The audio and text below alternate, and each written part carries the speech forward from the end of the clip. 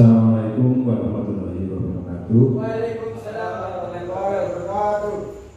Yang kami hormati Bapak Kepala Sekolah SDN 2 Simojuru, yang kami hormati Bapak Ibu Dewan Guru SDN 2 Simojuru. Pertama-tama marilah kita panjatkan puji syukur kehadirat Allah Subhanahu wa Ta'ala atas limpahan rahmat taufik serta hidayahnya. Kita bisa berkumpul pada siang hari ini dalam kegiatan seminasi modul 1.4 budaya positif di sekolah. Perkenalkan, saya sendiri EGP Angkatan 9 dari Kabupaten Banyuwangi, yang mana akan menyampaikan beberapa hal yang sudah saya dapat ketika mengikuti kegiatan guru penggerak. Adapun tujuan dari pendidikan yang disampaikan oleh Ki Hajar Dewantara adalah, menurut Ki Hajar Dewantara, tujuan pendidikan adalah menuntun anak sesuai dengan kodratnya, di mana mereka untuk mendapatkan keselamatan dan kebahagiaan yang setinggi-tingginya sebagai manusia, juga sebagai anggota masyarakat. Oleh sebab itu, kita sebagai pendidik hanya dapat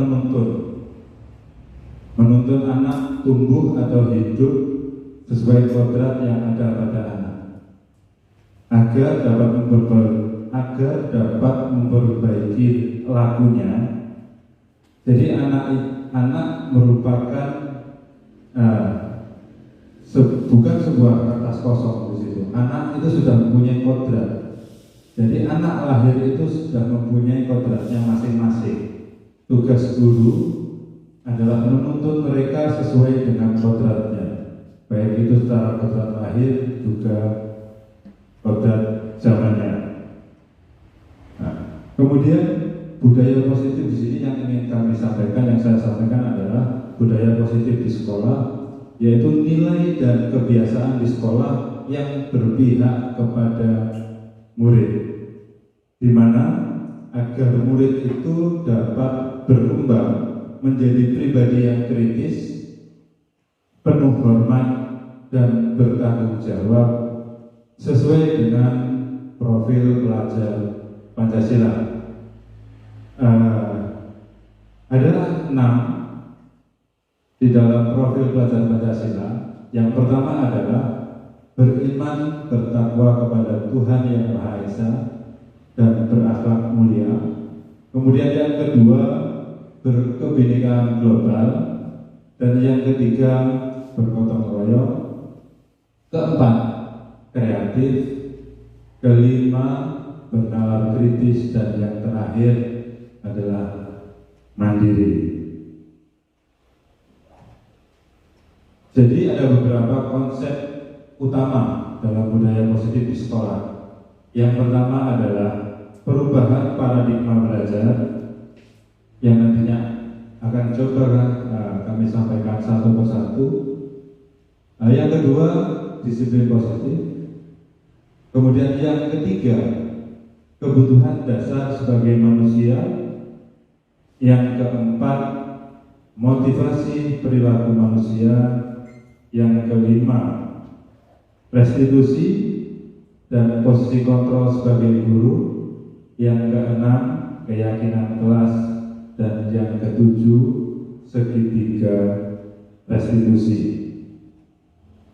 Untuk yang pertama, perubahan paradigma belajar. Jadi Bapak Ibu, dalam membangun budaya positif, sekolah dapat menyediakan lingkungan yang positif, aman, dan nyaman, agar siswa mampu berpikir, bertindak, dan mencipta dengan merdeka, mandiri, dan bertanggung jawab. Disiplin sangat berkaitan dengan kontrol guru terhadap siswa. Mari coba kita lakukan beberapa permainan, cobalah buka.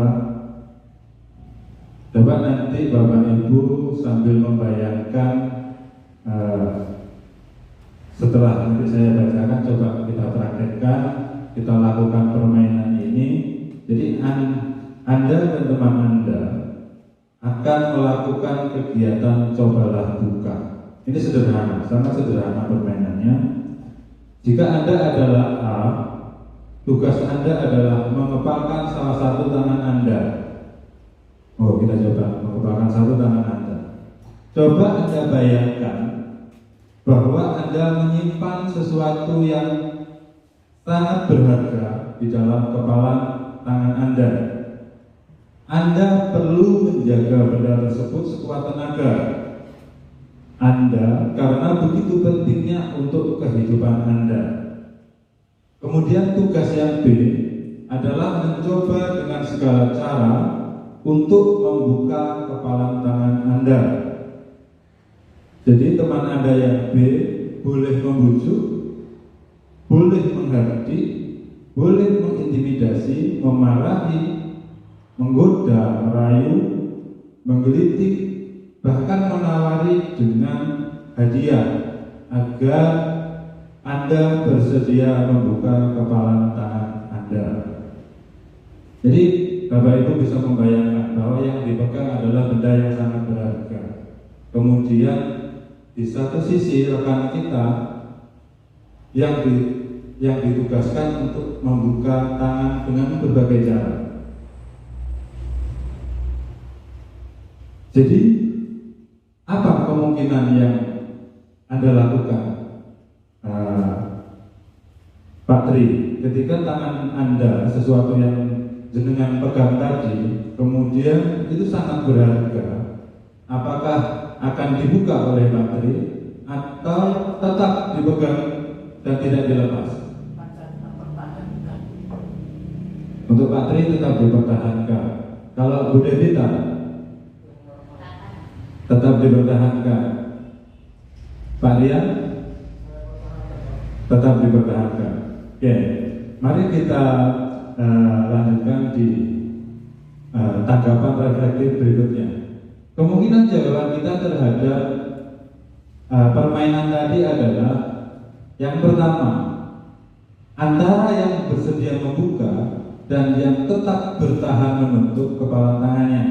Jadi ada dua kemungkinan. Ada yang bersedia membuka dengan bujukan, ada yang bersedia membuka dengan paksaan, ada juga yang dengan sukarela mungkin membukanya, atau ada yang bahkan tetap mempertahankan meskipun dipengaruhi dengan hal apapun.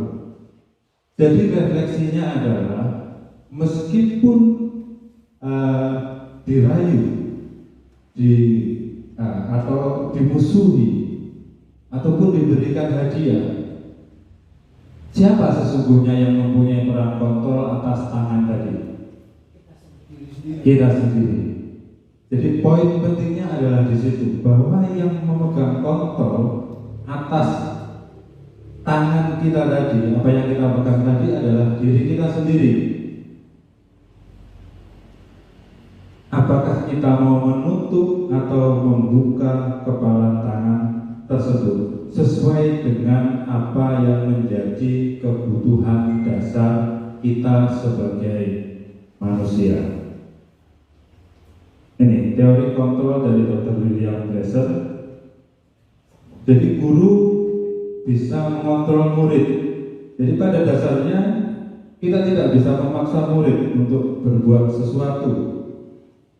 Jikalau murid itu memilih tidak melakukannya, walaupun tampak guru itu sedang mengontrol, hal demikian sering terjadi kepada murid karena mengizinkan dirinya dikontrol. Karena diri murid ini mengizinkan dikontrol oleh guru. Tampaknya seperti begitu.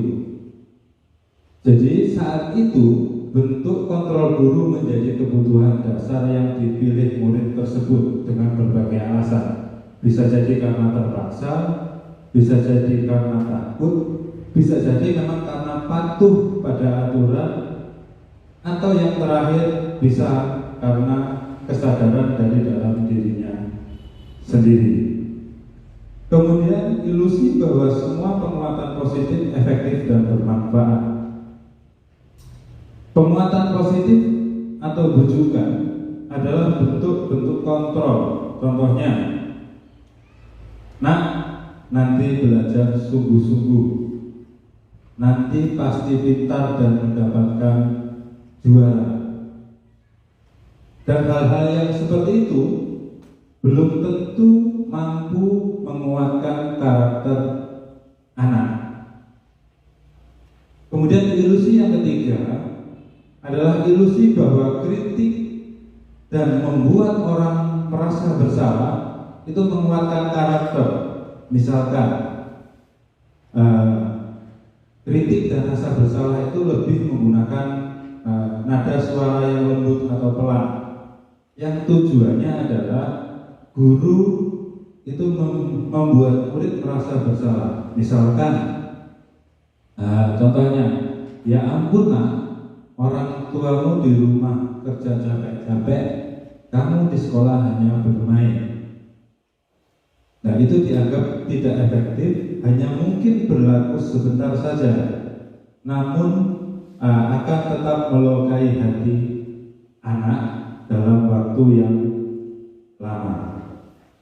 Kemudian ilustrasi yang keempat, bahwa orang dewasa memiliki hak untuk memaksa. Artinya kita sebagai guru kadangkala tanpa kita sadari seringkali memaksa kepada anak tentang apa yang kita yakini baik, yang kita yakini itu baik untuk anak-anak. Kemudian kita cenderung memaksakan secara sepihak, tidak mengajak anak untuk membuat kesepakatan bersama. Jadi kita memutuskan sendiri tanpa menanyakan bahwa anak ini ingin tidak melakukan yang sama dengan kita inginkan. Kemudian disiplin positif. Maka menurut Bu Leni, disiplin itu apa? Apa disiplin menurut Bu Leni? Yang ada di bayangan Bu Leni, disiplin itu seperti apa? Disiplin waktu. Mungkin ada yang lain? Disiplin ini melakukan sesuatu sesuai dengan menurut saya disiplin itu melakukan sesuatu dengan kesadaran diri. Menurut saya.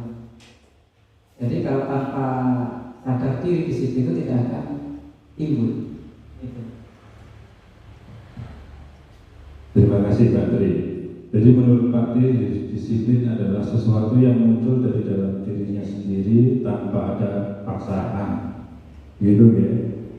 Terima kasih Pak Tri atas jawaban yang diberikan. Jadi di sini disiplin dari bahasa Latin disiplina, yang artinya adalah belajar. Disiplin diri membuat orang menggali potensinya menuju sebuah tujuan. Jadi apa yang dia hargai. Namun di dalam budaya kita, makna kata disiplin telah berubah menjadi sesuatu yang dilakukan kepada orang lain untuk mendapatkan sebuah kepatuhan. Kecenderungan umum adalah menghubungkan kata disiplin dengan ketidaknyamanan, bukan dengan apa yang kita hargai atau pencapaian suatu tujuan mulia. Jadi kalau menurut arti kata bahasa, disiplin adalah belajar. Disiplin adalah kemampuan memerintah diri sendiri. Ini yang dijawab oleh Pak Tri tadi. Dalam mengontrol dan menguasai diri untuk memilih tindakan yang mengacu pada nilai yang kita hargai dengan penuh tanggung jawab tanpa terperintah orang lain. Jadi kita diharapkan menjadi orang yang merdeka, orang yang tidak diperintah perintah orang lain, tetapi muncul atas dasar kesadaran dari dalam diri kita, bukan dari faktor eksternal, tetapi melainkan kesadaran itu muncul dari faktor internal. Jadi disiplin positif yang ingin disampaikan, apa yang saya dapat dari beberapa bulan ini yang perlu saya sampaikan adalah bahwa anak itu akan tumbuh menjadi anak yang bertanggung jawab ketika disiplin itu muncul karena faktor internalnya, bukan karena paksaan, bukan karena faktor eksternal yang lain, misalkan karena ketakutan dihukum dan sebagainya. Jadi nilai-nilai yang kita hargai adalah nilai kebajikan, sifat positif manusia yang merupakan tujuan mulia yang ingin dicapai setiap individu, yaitu nilai-nilai tadi yang ada dalam profil pelajar Pancasila. Saya lanjutkan yang ketiga, kebutuhan dasar manusia. Jadi seorang guru harus memahami dasar kebutuhan siswa, baru mampu kita melakukan tindakan yang lain ketika siswa atau murid kita bermasalah. Adapun 5 kebutuhan dasar, yang pertama adalah bertahan hidup, yang kedua adalah kasih sayang dan rasa diterima. Ini anak cenderung mencari perhatian. Kemudian yang ketiga, kesenangan. Apabila anak senang di sekolah, tentu saja anak tersebut mudah mendapatkan ilmu. Kemudian yang keempat, kebebasan. Kebebasan dalam artian kebebasan mengemukakan pendapat, bebas menentukan pembelajaran yang dia inginkan. Kemudian yang terakhir adalah penguasaan. Jadi anak itu kadang-kala ingin selalu merasa hebat. Bapak Ibu, sampai dengan di poin yang ketiga ini mungkin ada sesuatu yang perlu ditanyakan dari awal tadi, nomor 1 sampai dengan nomor 3, mulai dari kebutuhan. Nah, ini kebutuhan dasar sebagai manusia, kemudian disiplin positif tadi, kemudian perubahan paradigma pembelajaran tadi. Mungkin ada sesuatu yang mengganjal atau ingin ditanyakan atau kita diskusikan, monggo kami persilakan. Coba dibuka slide yang positif tadi. Disiplin positif. Disiplin positif menarik sekali. Ini? Disiplin Atau yang ini?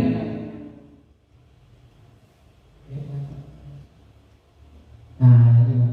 Ya, monggo Pak Tri. Di sini kan berkaitan dengan apa yang dibahas oleh Pak Eko tadi, yaitu mengenai disiplin positif ya Pak. Yang di sini yang mau saya tanyakan, selama Pak Eko itu ada di sini di SD Majuro, menurut Pak Eko budaya disiplin positif di sekolah kita itu bagaimana? Itu saja mungkin pertanyaan dari saya. Semoga bisa membangun kita sebagai dewan guru untuk lebih ke anak-anak itu lebih perhatian lagi atau apa gitu. Terima kasih.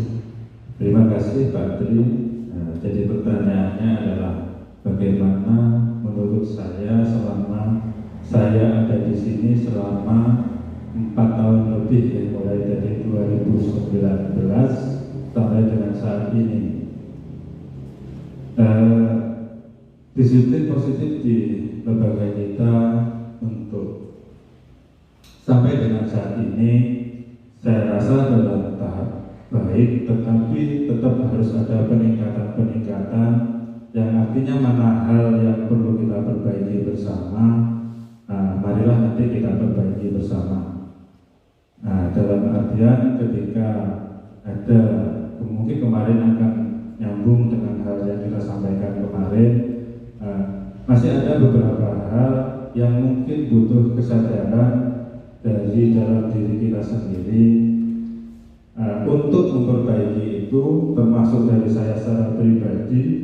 Masih banyak hal yang harus saya perbaiki untuk melakukan menumbuhkan bahwa kesadaran disiplin di sekolah itu muncul dari dalam diri saya sendiri. Misalkan ketika Pak Tri melakukan kegiatan pramuka, karena basic saya yang sampai hari ini memang sampai hari ini, tidak boleh ada kata mungkin kalau ngomong budaya positif tidak boleh ada kata mungkin. Jadi saya sampai hari ini ketika Pak Tri mendampingi anak-anak pramuka, saya tidak ikut mendampingi. Itu adalah hal-hal yang masih perlu saya perbaiki secara pribadi, atau mungkin ada hal lain di saat kegiatan pengajian atau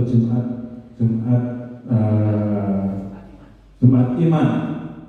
Masih seringkali harusnya kita sebagai Bapak Ibu guru ikut mendampingi anak-anak secara keseluruhan sebagai bentuk upaya memberikan contoh atau teladan, karena yang diharapkan dari budaya positif ini adalah guru itu memberikan contoh langsung ke anak supaya menjadi role model, membangun atau memunculkan motivasi disiplin positif dari dalam dirinya, tidak karena dipaksakan atau tidak karena ditakut-takuti atau tidak karena terancam. Mungkin begitu Pak Tri. Jadi sudah baik, tetapi mungkin di beberapa sisi masih butuh untuk kita lakukan perbaikan bersama. Mungkin begitu. Terima kasih.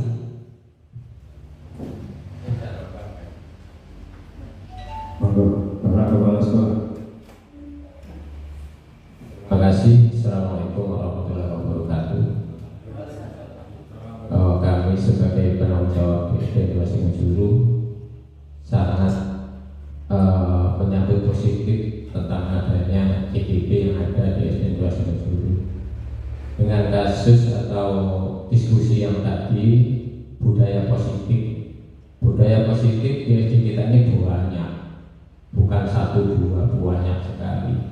Yang pertama, budaya positif anak-anak sebelum jam 7 sudah di sekolah. Itu juga budaya positif dan ada hubungannya dengan kedisiplinan. Kemudian yang kedua, sekarang budaya positif untuk guru jam 6.40 menit sampai jam 7 harus absen. Itu juga budaya positif. Kemudian selanjutnya tentang senam pagi, budaya positif juga. Tentang Jumat Iman, Jumat Asmaul Husna, itu juga budaya positif. Banyak sekali budaya positif yang ada di sekolah, dan itu anak-anak diarahkan oleh semua Bapak Ibu guru. Tidak anak-anak itu harus tahu-tahu baris atau senam, jarang seperti itu. Dengan adanya tuntunan dari Bapak Ibu guru, sehingga anak itu dilatih disiplin agar supaya berbudaya positif yang nilainya untuk SD 2 Singojuru. Dengan adanya disiplin maka hasilnya adalah positif. Jadi itu, maka untuk di SD 2 Singojuru kedepannya itu digali terus.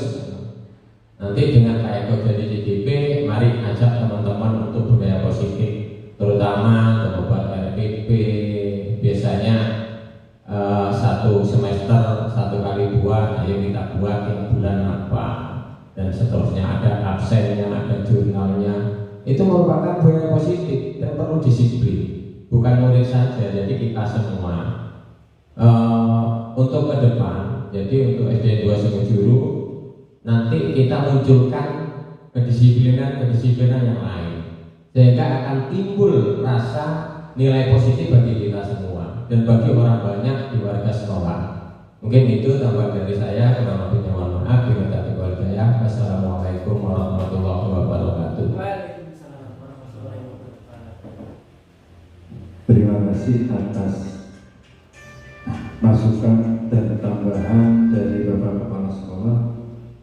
Jadi banyak tadi apa yang disampaikan oleh Bapak Kepala Sekolah yang sudah kita lakukan di sekolah ini, mulai dari pagi sebelum pembelajaran sampai dengan siang kegiatan setelah pembelajaran. Nah, terima kasih. Nanti kemudian ada lagi tambahan dari Bapak Kepala Sekolah tadi, mari kita bangun bersama sebuah kesadaran disiplin yang nantinya membawa kebaikan tidak hanya untuk gurunya, tetapi juga untuk anak-anak. Ada beberapa hal yang bisa kita kerjakan bersama setelah ini. Mungkin pada platform Merdeka Mengajar itu butuh sebuah kerjasama. Ketika kita ingin menyelesaikan itu, banyak sebenarnya kegiatan yang sudah kita lakukan, tetapi tidak terdokumentasi, baik itu secara tertulis maupun secara visual atau video. Kalau itu kita kerjakan bersama-sama, saya rasa lebih ringan untuk menyelesaikan itu, karena setiap pertemuan pasti ditagih, ya Pak. PNM itu kan setiap pertemuan pasti ditagih, karena sekolah kita baru menyelesaikan baca modulnya, tetapi aksi nyatanya yang belum. Karena sebenarnya saya tahu dari awal masuk ke sini sampai dengan hari ini, sebenarnya aksi nyata di PNM itu sudah banyak sekali kita lakukan. Cuma kendalanya adalah tidak terdokumentasi dengan baik. Jadi PR-nya adalah nantinya kita mulai menginventarisir kembali dokumentasi tersebut. Banyak sebenarnya hal-hal yang sudah kita lakukan, termasuk disiplin positif, kemudian pembelajaran yang berpihak pada murid, misalkan yang sudah sering panen di depan itu sebenarnya juga hal-hal yang berpihak pada murid sebenarnya. Tetapi kan kita belum mengemas itu menjadi sesuatu yang menarik sesuai keinginan Kementerian Pendidikan. Sebenarnya kalau kita kemas kembali kemudian dijadikan aksi nyata, ya bisa sebenarnya. Itulah menjadi mungkin yang perlu nanti kita gali bersama. Baik, kita lanjutkan. Ini terkait kebutuhan murid. Kasusnya adalah, saya bacakan, Ibu Wati, guru kelas 6 di SD Tunas Harapan, sedang bingung menghadapi ulah salah satu murid kelas yang bernama Budi. Beberapa anak telah datang dan mengeluhkan Budi yang seringkali meminta bekal makan siang mereka dengan paksa. Jika Anda menghadapi situasi seperti Bu Wati, apa yang akan Anda lakukan? Menurut Anda, kira-kira apa alasan Budi melakukan hal itu? Ya, jadi dalam konteks penerapan disiplin positif, Ibu Wati sebaiknya mencari tahu alasan Budi melakukan tindakan tersebut agar mengetahui kebutuhan mana yang sedang berusaha dipenuhi oleh Budi. Jadi di situ ada 5 tadi, 5 kebutuhan dasar. Yang pertama adalah bertahan hidup. Maksudnya Budi memang benar-benar lapar dan orang tuanya tidak membawa bekal makan siang. Atau bisa jadi yang kedua, kasih sayang dan rasa diterima. Jadi memang teman-teman Budi perhatian ke Budi, bisa jadi ya, karena Budi ini disayangi oleh teman-temannya. Kemudian yang ketiga, yang penguasaan. Dia merasa hebat karena teman-temannya takut dan menuruti keinginan Budi. Jadi premannya kelas berarti. Ya. Kemudian yang keempat, kebebasan. Jadi Budi merasa bosan dengan bekal makanan yang ia bawa. Kemudian ia ingin mencoba menu dari teman-temannya. Kemudian yang terakhir adalah kesenangan, di mana Budi hanya iseng untuk memenuhi kesenangannya menjahili teman-temannya. Jadi kita sebagai guru sebelum menghukum Budi, lebih baik kita mengetahui, mencari tahu apa sebenarnya alasan Budi melakukan tindakan tersebut. Kemudian yang keempat, teori motivasi perilaku manusia. Ini yang saya sampaikan di awal tadi. Jadi motivasi manusia melakukan sesuatu itu ada 3. Yang pertama adalah motivasi eksternal, yaitu motivasi yang datang dari luar diri kita. Bisa jadi untuk menghindari hukuman, bisa jadi untuk menghindari ketidaknyamanan, sehingga dilakukan ikut melakukan itu karena takut mendapatkan sanksi. Yang kedua,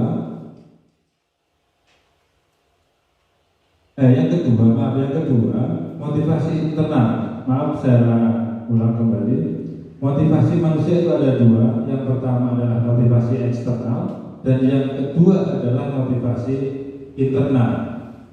Jika motivasi eksternal adalah dorongan yang berasal dari luar diri kita, misalkan hukuman, kemudian imbalan ini ada hadiah. Kemudian kalau internal ini muncul tidak karena hukuman dan tidak juga karena ingin mendapatkan hadiah atau pujian, tetapi muncul dari dalam dirinya sendiri dengan sadar untuk melakukan sebuah disiplin positif, seperti yang disampaikan Pak Bubut di awal tadi, bahwa disiplin adalah muncul dari dalam dirinya sendiri. Kemudian ada hukuman, sanksi, dan konsekuensi. Ini ada perbedaannya. Apakah itu hukuman, apakah itu konsekuensi?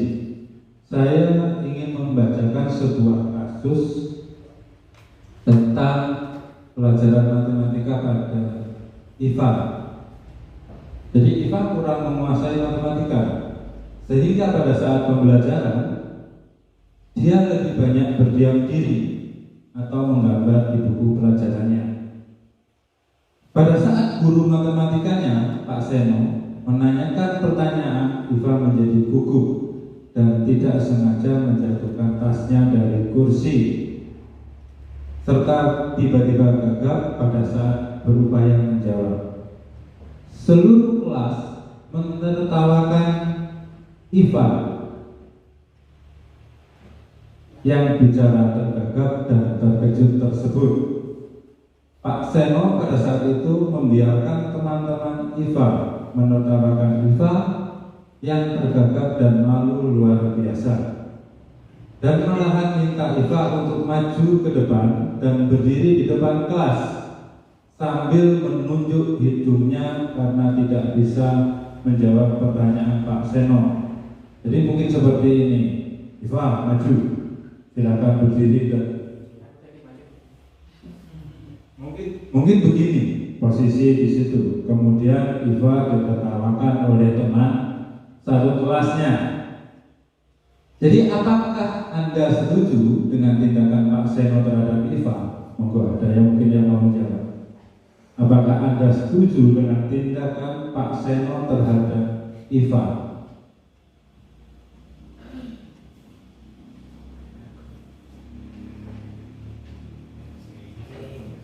Menurut saya sih ya tidak setuju, karena itu kan seperti hukuman.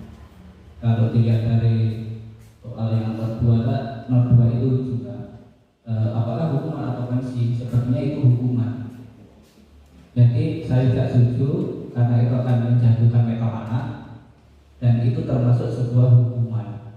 Karena kalau dibilangnya konsekuensi kan harus ada kesetujuan dulu, atau harus ada kesepakatan. Ya, ada kesepakatan. Mungkin itu. Ya, terima kasih. Ada yang jawabannya adalah tidak setuju dengan perlakuan Pak Seno. Mungkin ada yang lain. Alia, Pak Jadi. Monggo. Ya, saya mau menambahkan saja. Betul sekali apa yang dijawab oleh Pak Gali tadi. Di situ ada pertanyaan, apakah Anda setuju dengan tindakan Pak Seno terhadap Iva? Mengapa? Di sini Pak Seno membiarkan waktu Iva menjawab dengan gugup, membiarkan anak-anak itu menertawakan, kemudian memanggil IFA ya, memanggil IFA untuk maju ke depan dan berdiri di depan kelas dan juga menunjuk hidungnya IFA. Nah di situ dengan secara tidak langsung Pak Seno itu apa namanya ini bisa dikatakan bullying, tapi secara halus. Kalau seperti ini membuli secara halus itu akan mengakibatkan psikologis atau betul mengatakan Pak Galih tadi, mental anak bisa jatuh. Pernah orang tua itu mengatakan pada saya, lebih baik tabokan daripada buat celakoni. Saya ditukan saya, lebih baik kamu tabok, habis itu selesai. Tetapi kalau sudah menggunakan kata-kata atau menyinggung perasaan orang, itu kembali lagi ke awal tadi, ada yang mengatakan tadi membekas di hati anak itu akan bertahan cukup lama, sehingga hal semacam ini jangan, kalau bisa jangan sampai terjadi pada seorang siswa. Dan ini kalau menurut saya solusinya yaitu IFA itu jangan sampai dipanggil ke depan dan teman-temannya dikondisikan untuk diam bagaimana, dan gurunya nanti memberikan solusi yang terbaik sehingga IFA ini termotivasi untuk belajar kembali dan mendengarkan apa yang dijelaskan oleh Pak Seno tadi. Jadi saya harap kejadian atau semacam ini jangan sampai ya bisa dikatakan bullying tadi, meskipun itu menuju ke lucu, tetapi itu berakibat fatal kepada si IFA tadi. Jadi menurut saya seperti itu Pak Eko. Matur nuwun. Ya, terima kasih Pak Ari, terima kasih Pak Galih. Betul apa yang disampaikan Pak Tri dan Pak Galih, bahwa yang dilakukan Pak Seno terhadap IFA adalah bentuk dari sebuah hukuman, bukan sebuah konsekuensi, karena sifatnya adalah sepihak. Hukuman itu diputuskan sendiri oleh guru, oleh satu orang. Tetapi kalau konsekuensi itu diputuskan bersama, anak tahu konsekuensinya apa ketika melakukan kesalahan. Itu adalah perbedaan hukuman dan konsekuensi. Ini kami tampilkan apa itu hukuman, apa itu konsekuensi. Yang pertama, hukuman, sesuatu yang menyakitkan harus terjadi ketika kita dihukum. Tapi kalau konsekuensi, ini murid juga tahu, ketika dia melakukan kesalahan, ada sesuatu yang harus terjadi jadi akibat dari dia melakukan kesalahan tersebut. Kemudian kalau hukuman membuat anak sakit, baik fisik maupun hatinya, untuk jangka waktu yang lama, persis apa yang disampaikan oleh Pak Tri tadi. Kemudian kalau konsekuensi membuat anak merasa tidak nyaman dalam jangka waktu yang relatif pendek, itu perbedaannya. Kemudian kalau hukuman, anak membenci disiplin. Kalau konsekuensi, anak menghargai disiplin. Berikutnya, kalau hukuman itu sifatnya paksaan, kalau konsekuensi menstimulus atau stimulus, merangsang anak untuk tidak melakukan kesalahan kembali. Kemudian kalau hukuman mendorong anak untuk menyakiti dirinya sendiri, kalau konsekuensi anak dituntut untuk menyesuaikan dengan dirinya sendiri. Kalau hukuman merupakan konsep diri yang buruk, kalau konsekuensi itu adalah konsep diri yang baik. Yang terakhir, kalau hukuman, anak bisa marah, merasa bersalah, kemudian dipermalukan dan merasa tidak dihargai. Kemudian ketika konsekuensi, ini anak akan kehilangan hak, dibuat tidak nyaman, kemudian diasingkan untuk sementara. Nah ini coba kita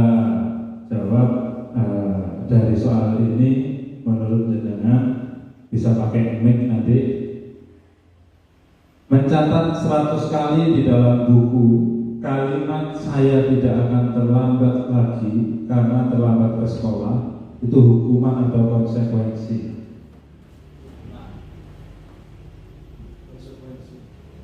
Konsekuensi.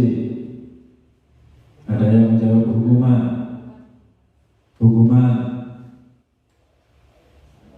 Nah, kemudian yang kedua, lari mengelilingi lapangan basket 2 kali karena terlambat hadir di sekolah.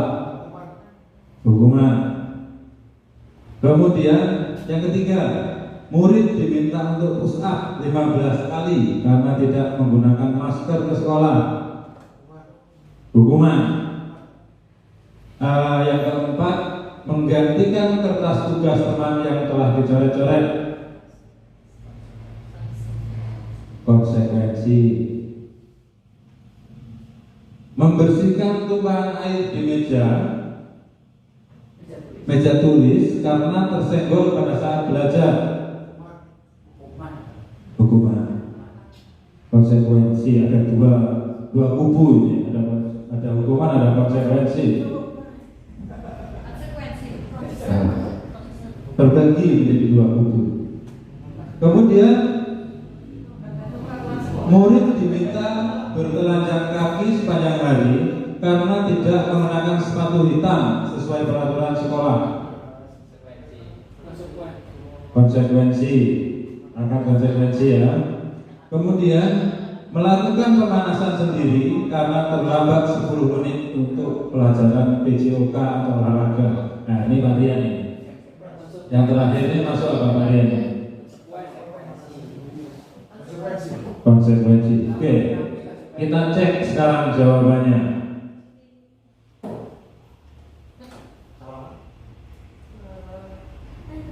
1, 2, 3 bentuk hukuman, 4 dan 5 konsekuensi, yang ke-6 hukuman, dan yang terakhir adalah konsekuensi. Oke. Yang kelima, restitusi posisi kontrol guru. Jadi kita sebagai guru mempunyai 5 posisi kontrol. Yang pertama sebagai penghukum, yang kedua sebagai pembuat rasa bersalah tadi yang saya sampaikan di awal tadi. Kemudian 3, kita berposisi sebagai teman. Yang keempat sebagai pemantau, dan yang terakhir sebagai manajer. Harapan kita nantinya kita atau di sekolah kita saat ini posisi guru di posisi yang mana? Dari 1, 2, 3, 4, 5 posisi guru di sekolah kita sekarang ada di posisi yang mana sampai hari ini? Siapa yang ditanya? Semua. Menghukum, membuat merasa bersalah, menjadi teman, Yang paling dominan sampai saat ini dari 5 itu yang mana? Manajer. Sudah sampai ke manajer? Kalau saya masih cenderungnya kalau saya membuat merasa bersalah. Yang kedua, yang kedua, Bulani. Penghukum teman. 1, 3, dan 5. Bu Devita. 1, 3, 4, 5. Oke, varian 5, 3, 1, 2. 5, 3, 1, 2. Semua varian. Seperti formasi sepak bola 5, 3, 1, 2. Pak Yogi 1, 2, 3. 1, 2, 3. Oke, Pak Galih. Kayaknya ya 4 yang lebih sering. 3, 4. Kalau ada olahraga Untuk siswa ini ya? Untuk kita ke siswa, guru ke siswa. Ya sampai ke 5 menit dan menit anak supaya ikuti aturan sesuai. Oke, Pak Galih sudah 3, 4, 5. Kalau saya secara pribadi mungkin masih pada 3 dan 4. Untuk ke-5 proses, karena sebagai manajer kita harus saya lalu baca. Sebagai manajer kita harus mampu semua untuk menciptakan motivasi internal tadi dari dalam siswa. Tidak ada hukuman, tidak ada hadiah, tidak ada ujian ke anak, tapi lebih kepada anak-anak itu memunculkan dirinya, memunculkan motivasi dari dalam dirinya secara sadar bahwa mereka datang ke sekolah itu butuh untuk belajar. Itu di posisi 5. Ini ya, ini posisi kontrol guru tadi bisa dilihat yang mana kita pada hari ini. Di posisi penghukum jelas tidak perlu kita semuanya tahu sebagai penghukum itu seperti apa. Jadi ketika ada anak yang salah, kita sepihak memberikan hukuman, misalkan suruh lari lapangan tadi, suruh membersihkan kelas, piket, atau ngambil daun di taman, itu hukuman. Membuat orang merasa bersalah, suaranya pelan kalau ngomong, pelan. Kemudian anak itu menjadi merasa bersalah karena kita. Kemudian yang ketiga sebagai teman, ini ada sisi baiknya juga ada sisi negatifnya. Kadang-kadang kita tidak dihargai sama sekali oleh anak-anak ketika kita memposisikan sebagai teman. Kita dianggap sama. Contoh, misalkan kita menganggap teman anak-anak tanpa ada batas, mungkin ngomongnya atau menyapa sudah tidak ada tata krama mungkin, karena kita dianggap teman dekat, best friend lah.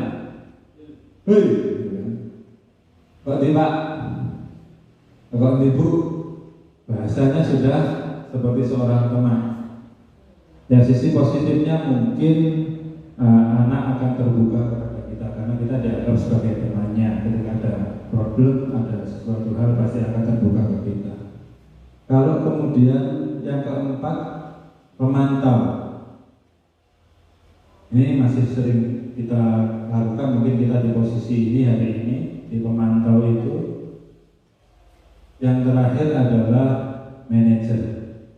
Jadi hasilnya adalah refleksi apa yang kurang kita perbaiki, hari ini kurang direfleksi lagi, kemudian diperbaiki lagi, refleksi lagi, perbaiki lagi, sehingga muncul disiplin positif dari dalam diri anak dan diri kita sebagai guru.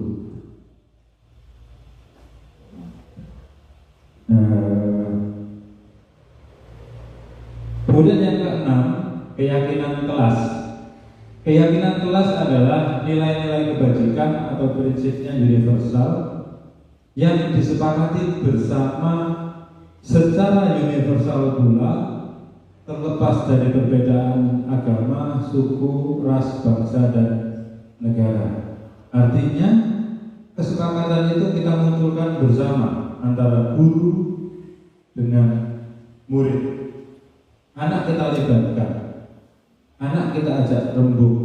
Semisalkan kesepakatan di kelas 6 ini yang sudah dibuat, yang pertama, mendengarkan orang lain ketika berbicara. Jadi ketika ada orang lain berbicara, kita diam. Gantian, ada yang mendengarkan, ada yang berbicara. Kemudian mengangkat tangan ketika ingin bertanya. Nah, jadi kesepakatan kelas ini kita ciptakan bersama, tidak hanya kehendak guru, tetapi melibatkan anak untuk memberikan usulan. Bagaimana caranya? Bisa dengan mengangkat tangan secara langsung atau dengan menggunakan secari kertas atau sticky note yang dituliskan untuk mereka mengusulkan kesepakatan kelasnya.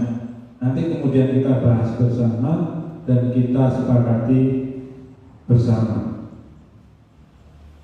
Ini salah satu contoh keyakinan kelas, merubah kalimat negatif menjadi kalimat positif. Misalkan kalimat negatifnya begini, tidak terlambat datang ke kelas. Kita rubah menjadi kalimat positifnya adalah datang ke sekolah tepat waktu. artinya sama, tetapi makna dari kalimatnya yang berbeda. Kita membangun kesadaran positif, tidak membangun sebuah kesadaran yang negatif. Kemudian peduli sesama. Ini awali pembelajaran dengan doa. Kemudian yang ketiga, belajar dengan merdeka dan bahagia.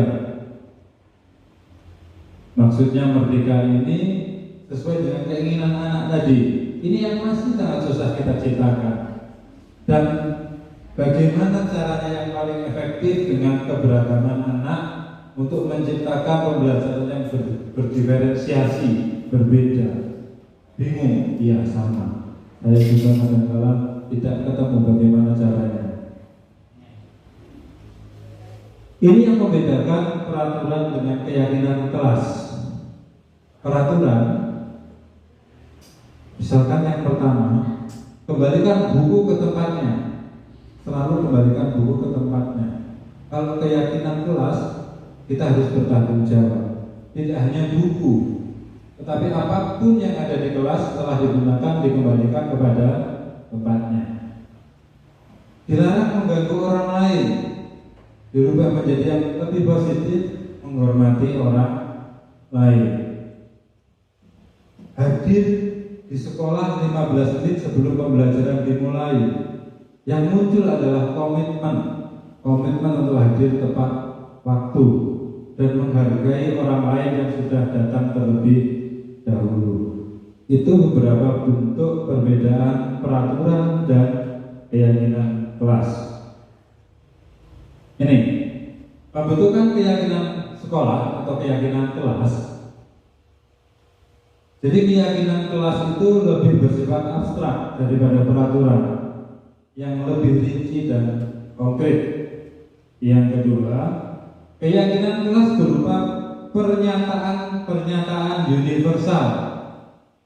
Yang ketiga, pernyataan keyakinan kelas senantiasa dibuat dalam bentuk yang positif, tidak menggunakan kata diawali tidak atau larangan, tetapi berusaha menciptakan kalimat-kalimat yang positif dengan tujuan membentuk pikiran-pikiran atau kesadaran positif tadi. Kemudian keyakinan kelas hendaknya tidak terlalu banyak, mudah diingat oleh semua warga kelas. Kemudian semua warga kelas hendaknya ikut berkontribusi membuat keyakinan kelas tersebut melalui curah pendapat. Kemudian apakah keyakinan kelas boleh ditinjau ulang? Boleh. Ketika kita sudah menyepakati aturan kelas pada satu waktu, kemudian secara berkala kita menawarkan kembali untuk memperbaiki itu, boleh menambahkan, mungkin boleh juga mengurangi kesepakatan itu. Misal HP, boleh membawa HP. Ada satu waktu boleh, ada suatu waktu tidak boleh, atau waktu-waktu tertentu tidak boleh. Ini beberapa kemarin sempat ada proses kita membentuk kesepakatan kelas atau keyakinan kelas. Itu adalah tulisan anak-anak yang dituliskan melalui sticky note, kemudian ditempelkan di papan, kemudian kita reka, kita sepakati bersama apa yang sudah ditulis mereka. Jadi mereka yang memunculkan, tidak hanya harus saya, tetapi anak-anak juga ikut membentuk sebuah keyakinan kelas tersebut. Yang terakhir, segitiga restitusi. Ini nanti sebenarnya ada prakteknya nanti di akhir. Hasil karya sederhana saya dengan Diego dan Cheryl kemarin. Nanti videonya di terakhir. Segitiga restitusi adalah proses menciptakan kondisi bagi murid untuk memperbaiki kesalahan mereka, sehingga mereka bisa kembali pada kelompok mereka dengan karakter yang lebih kuat. Jadi melalui restitusi, guru dapat membantu murid menjadi lebih memiliki tujuan, disiplin positif, serta memulihkan dirinya setelah berbuat salah. Maksudnya begini, kita membuat anak ini sadar. kenapa dia melakukan kesalahan tersebut. Membuat anak itu menyadari betul bahwa dia itu melakukan kesalahan. Dan kenapa kita mencari tahu kenapa anak ini membuat salah. Kemudian yang kedua, membantu murid untuk jujur pada dirinya sendiri dan mengevaluasi dampak dari kesalahan yang dilakukan. Dan yang terakhir, memberikan penawaran bukan paksaan. Nih, segitiga restitusi. Jadi anak awalnya diyakinkan dulu kenapa dia melakukan kesalahan, kemudian ditanya kenapa melakukan kesalahan, dan yang terakhir adalah memberikan penawaran untuk menyelesaikan permasalahan tersebut dengan sadar bahwa anak bisa menawarkan restitusinya kepada guru untuk disepakati. Jadi tidak menimbulkan permasalahan baru. Nah, ini ada 3 tahapan segitiga restitusi. Yang pertama adalah menstabilkan identitas. Kemudian yang kedua adalah validasi tindakan yang salah. Dan yang ketiga adalah menanyakan keyakinan. Jadi ini tahapan yang bisa dilakukan. Jadi tidak mencari menangnya sendiri, tidak mencari siapa yang paling salah, tetapi berusaha untuk mencari sebuah solusi atau penyelesaian masalah yang muncul dari anak itu sendiri. Misalkan tadi kemarin itu ada sebuah kasus Diego tidak datang latihan pramuka karena dia ikut diajak ayahnya menjenguk bibinya di Surabaya atau berlibur di Surabaya. Saya panggillah Diego di situ.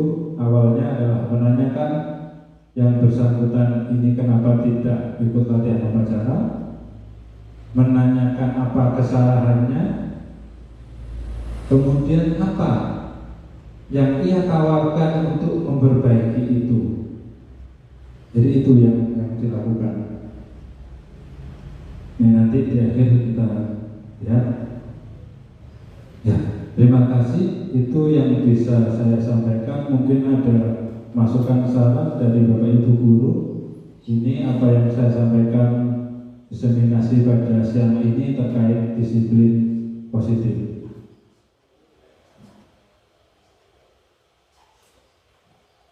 Baik, jika tidak ada, terima kasih atas waktu yang diberikan untuk mengikuti kegiatan pada siang hari ini. Kurang lebihnya saya sebagai penyampai materi atau presenter, jika ada yang kurang berkenan atau kadang